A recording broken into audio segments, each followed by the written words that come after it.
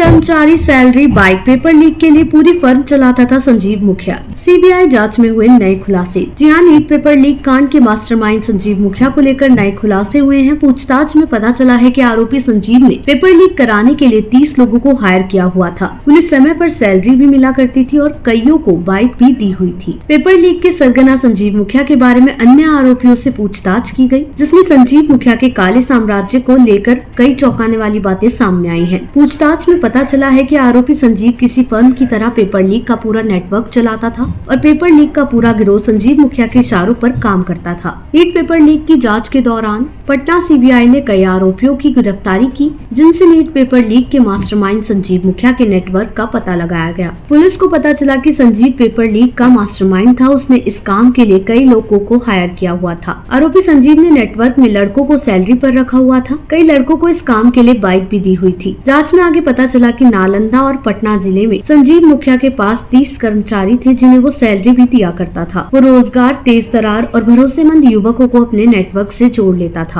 संजीव मुखिया paper leak गिरोह को नालंदा से ही ऑपरेट किया करता था। आरोपियों ने बताया कि संजीव देश के किसी भी कोने में हो सकता है। वो नेपाल भी अक्सर जाता रहता है। संजीव मुखिया उत्तर प्रदेश, मध्य प्रदेश, राजस्थान, पश्चिम बंगाल, महाराष्ट्र, गुजरात और अन्य कई राज्यों में अपने कॉन्टैक्ट बनाए हुए है। सीबीआई की टीमें फिलहाल 6 राज्यों में संजीव मुखिया की तलाश कर रही हैं। आपको बता दें, नालंदा के रहने वाले संजीव मुखिया को इस मामले के सॉल्वर गैंग का प्रमुख बताया जा रहा है। पुलिस ने बताया है कि संजीव का गिरोह बिहार, झारखंड, उत्तराखंड, उत्तर प्रदेश और गुजरात के साथ कई अन्य राज्यों में भी फैला हुआ है। जांच एजेंसी सीबीआई को संदेह है कि संजीव नेपाल भाग गया है। उसने पटना की एक अदालत में अग्रिम जमानत की याचिका दायर की थी, लेकिन संजीव के फरार होने की वजह से मामले की सुनवाई शुरू नहीं हुई है। वहीं यूपी कांस्टेबल पेपर लीक मामले सहित कई अन्य पेपर लीक मामलों में भी संजीव मुखिया का नाम आया है। उसकी पत्नी ममता देवी 2016 से 2021 तक नालंदा के भूतकार पंचायत की मुखिया रही हैं। इसी वजह से संजीव को लोग मुखिया कहते हैं। रिपोर्ट्स के मुताबिक ममता करीब 1 दशक से जनता दल यूनाइटेड से जुड़ी हुई हैं।